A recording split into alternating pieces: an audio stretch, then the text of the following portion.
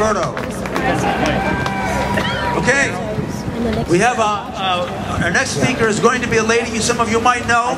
She's a one of the town council member from the town of Amherst, Shelly Schratz, an old friend, somebody I've known for years. She's always been my favorite on the council. That's why I brought her here, and I will vote for her. She's running for the county legislature, and I would like you to support her with your votes and with your applause. Thank you.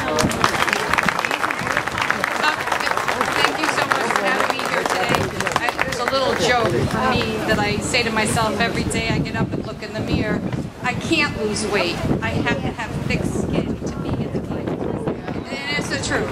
So I will lose 30 pounds when I'm out of this. But that being said, I own a restaurant. It's called Bing's. I don't know if you've ever heard of it. It's been there 20 years. And to be in the restaurant business, you have to understand what it is to be a customer service oriented business. Government should be a customer service oriented business. I listen to all of my customers, Republicans, Democrats, Independents, Conservatives, over the last 20 years. And their message is really clear. They are sick of bickering. They are sick of the elected officials not listening to them. They don't expect them to agree with everything they want, but they at least expect the respect of an ear to hear what they're saying. I decided to run for government because you remember the smoking bans, the taxes?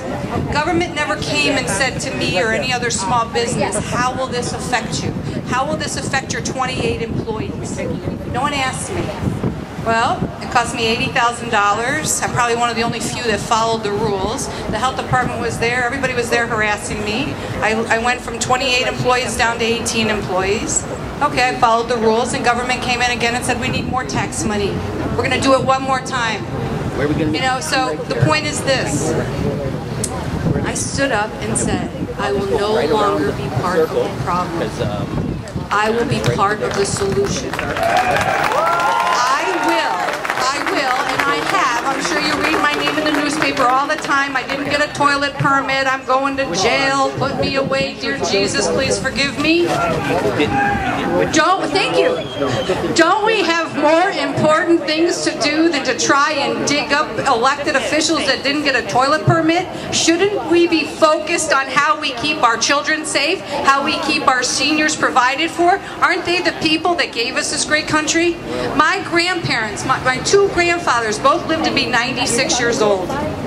If they saw today, I know they're looking down at me and saying, you go get him, girl. But I know this. If they were here today, they would be so disgusted with the country that they didn't go to school for, because they had to go to work and take care of their mothers with kids. I, too, at age 10, lost my father.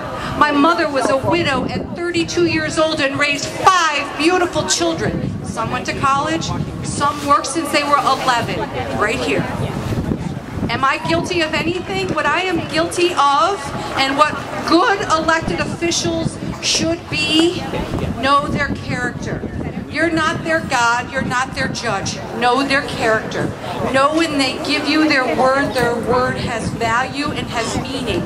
Know that when they give you their word and they promise you that they're going to cut taxes, know they're lying. There are no promises in government, because you and myself put all those other people that we have to work with in that same building. Unless you give us good people to represent your needs, we are never going to take back Albany. And let me tell you this, Albany needs to go. Sheldon Silver beat Shelly Schratz. The point is this. When Jessica Lunsford, the little girl in Florida, was murdered, I have 4 children, and I was watching television, ironing my tablecloths for my restaurant because I can't afford a linen service. And I was looking at the back of my 7-year-old daughter's head, and my hair went up. And I said, dear God, how can this be? How can a convicted sex offender live down the street from these people? I called my local police department and said, I am a local elected official, big deal, town board member. What can I do? Nothing. I went to the Senate, the Assembly. What can I do? Nothing. You know what I did? I got people just like you, and we got 10,000 signatures, and we took them to Albany, and we said, Mark Schroeder was there, I gave him a packet, and he was very receptive, and we said, what about our kids? What about us? See, they're already sending, the Democrats want to get rid of me, they're trying to get rid of me, it's not going to work. It's not going to work. Anyway, I'm going to cut it short because Alan needs to let everybody else speak. From the bottom of my heart, I say to you, and I think Lenny said it first, and I think we sang it, God bless America, God put us here. God, in His Word, every day in the Bible, tells us to follow my golden rules. And He says, you will fall off those golden rules. And I will always be there to forgive you. But remember this, you must sow your own seed. If you want a new government, you have to get involved. You can no longer say, I didn't vote because nobody listens. They're not listening because you're not going to vote. So please, get involved. If you want to help, I'm at Bing's. You can find me there anytime. The Meatball Maker is my title. So thank you so much. God bless. Happy 4th of July.